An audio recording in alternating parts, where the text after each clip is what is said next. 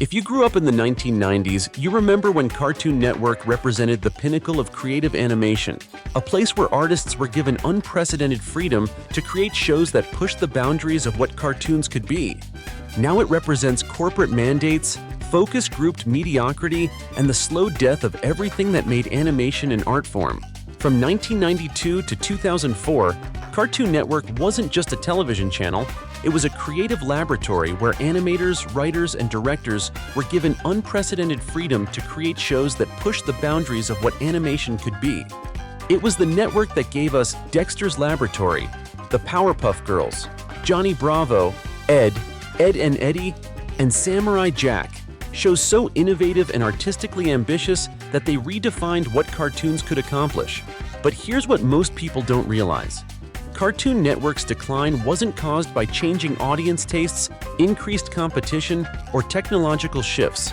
During the same period that CN was declining, other animation studios were thriving. Pixar was revolutionizing feature animation. Adult Swim was proving that there was an audience for sophisticated animated content. Even Disney was experiencing a creative renaissance with shows like Phineas and Ferb. So what exactly happened to Cartoon Network? How did the most innovative animation studio in television history become a cautionary tale about corporate interference destroying artistic vision?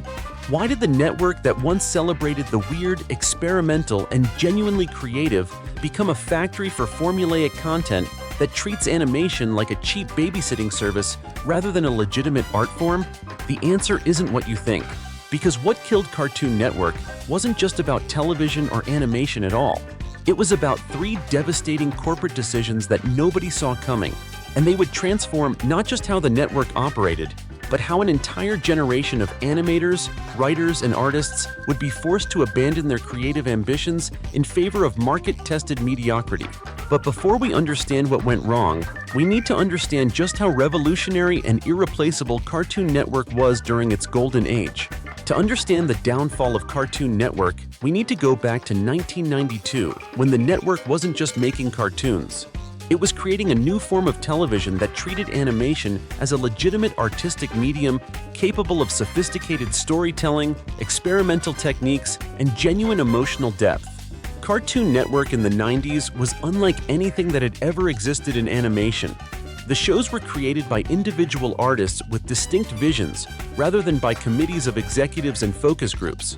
Dexter's Laboratory was Genndy Tartakovsky's exploration of childhood genius and sibling rivalry. The Powerpuff Girls was Craig McCracken's feminist superhero story disguised as a cute cartoon. Johnny Bravo was Van Partible's satirical take on toxic masculinity that was somehow both hilarious and surprisingly thoughtful. These weren't just cartoons. They were personal artistic statements that happened to be animated and aimed at kids. I remember watching Samurai Jack for the first time and being completely mesmerized by its cinematic scope, its minimal dialogue, and its willingness to trust the audience to follow complex visual storytelling. This was animation that respected its viewers' intelligence and treated them like they were capable of appreciating genuine artistry. But what made Cartoon Network's golden age so special wasn't just the individual shows, it was the creative culture that produced them. The network operated on a simple but revolutionary principle: give talented artists the freedom to create what they want, support their vision with adequate resources, and trust that audiences will respond to genuine creativity and passion. This approach produced shows that were wildly different from each other, but united by their commitment to pushing boundaries, experimenting with form, and treating animation as a serious artistic medium. And it worked. Cartoon Network's original programming was critically acclaimed, commercially successful, and culturally influential in ways that most television could never achieve. But then something changed. And that change began with Cartoon Network's first devastating decision: prioritizing brand management over creative freedom. The turning point came in 2004 when Time Warner, Cartoon Network's parent company, decided that the network's creative approach was too risky and unpredictable for a major corporate brand. Instead of celebrating the diversity and experimentation that had made Cartoon Network successful, executives began demanding that all new shows fit into predetermined categories and appeal to specific demographic targets that had been identified through market research. This marked the beginning of what I call the Great Homogenization, a systematic effort to make Cartoon Network programming as safe, predictable, and focus group approved as possible. Shows that had been greenlit based on their creative merit were suddenly subjected to extensive testing and revision to ensure they wouldn't offend anyone, confuse anyone, or challenge anyone in ways that might hurt ratings or merchandise sales. The most heartbreaking example of this shift was what happened to Samurai Jack. Genndy Tartakovsky's masterpiece was canceled not because it wasn't successful, but because executives couldn't figure out how to merchandise a show about a time-displaced samurai warrior that relied on visual storytelling rather than catchphrases and marketable characters. This revealed the fundamental change in how Cartoon Network viewed animation, not as an art form, but as a delivery system for branded content and consumer products. But Cartoon Network's second devastating decision was even more destructive. They decided to abandon creator-driven content in favor of committee-developed programming.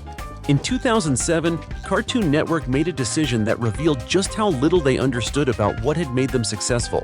They decided that individual creators were too difficult to manage and that shows should be developed by teams of writers and producers who could be more easily controlled by network executives. This led to an explosion of shows that all felt eerily similar.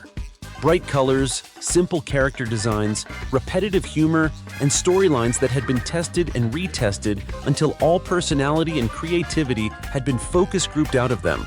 Shows like The Amazing World of Gumball and Steven Universe, which managed to maintain some creative integrity despite the corporate environment, became increasingly rare exceptions rather than the rule.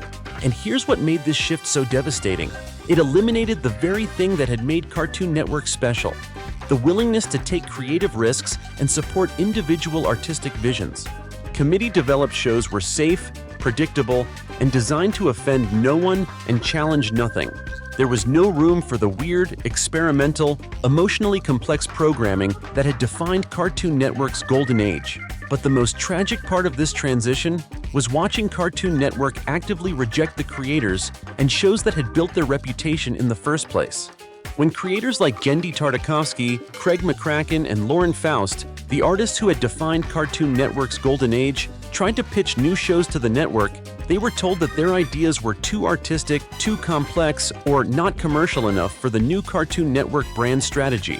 This was Cartoon Network literally rejecting the very people who had made them successful because their creativity didn't fit the corporate formula that executives had decided to follow.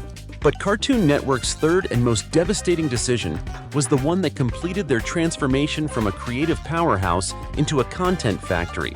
They decided to treat animation like a cheap manufacturing process rather than an art form. The final nail in Cartoon Network's coffin came when the network fully embraced what animation critics call the assembly line mentality. The idea that cartoons should be produced as quickly and cheaply as possible using standardized techniques and interchangeable creative teams.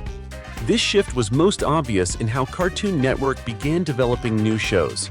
Instead of starting with an artist's vision or a compelling creative concept, they began starting with budget constraints and production timelines that prioritized efficiency over quality. Shows were designed around what could be produced quickly and cheaply, rather than around what would be interesting, innovative, or emotionally resonant with audiences. This approach produced shows that felt hollow and generic because they were hollow and generic.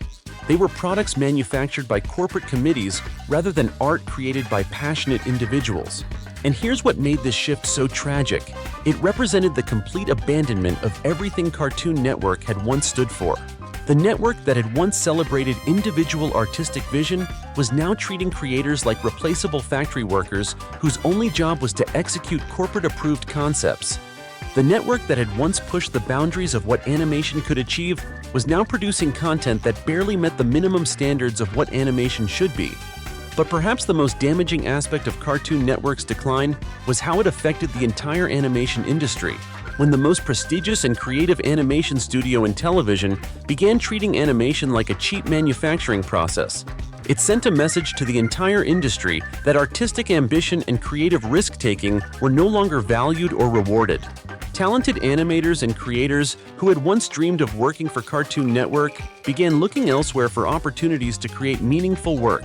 Some went to feature animation, others to streaming services, and many simply left the industry entirely. And here's what makes Cartoon Network's decline so frustrating. It was completely avoidable.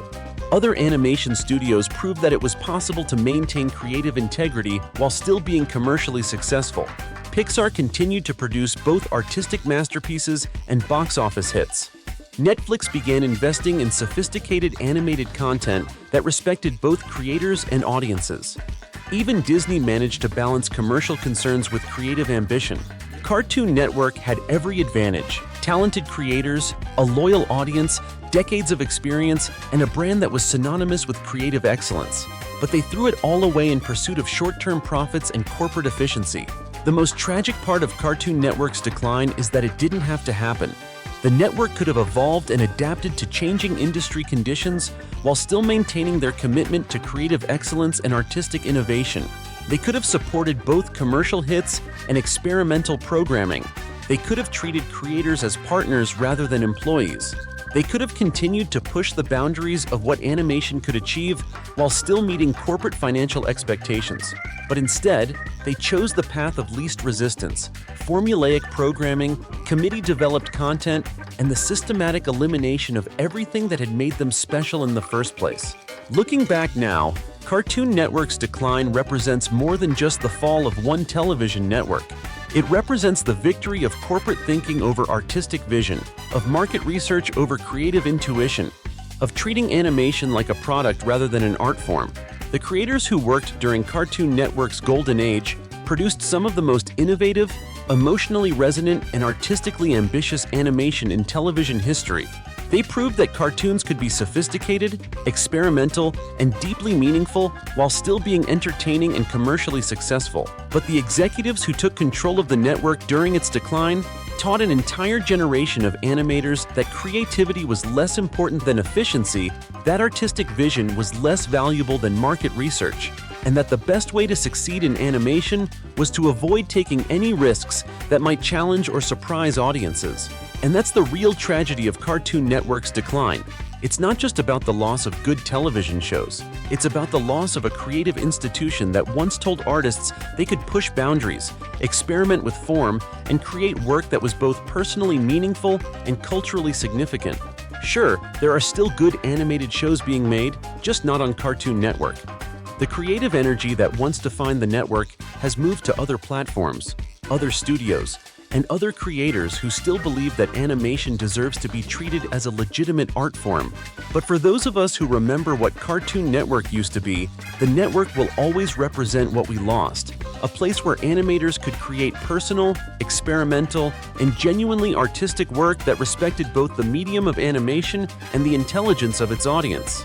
The decline of Cartoon Network is the story of what happens when corporate executives stop caring about artistic excellence and start caring only about quarterly profits.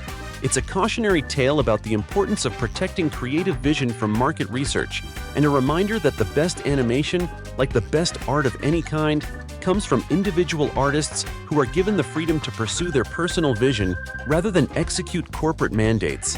And honestly, in a world where animation is increasingly treated like a cheap form of content rather than a sophisticated art form, maybe we need to remember what Cartoon Network used to represent: the radical idea that cartoons could be personal, experimental, and genuinely artistic while still being entertaining and accessible to broad audiences. If this brought back memories of what Cartoon Network used to mean to you, please subscribe to the channel and check out the videos on your screen. There's so much more nostalgic media history to explore together.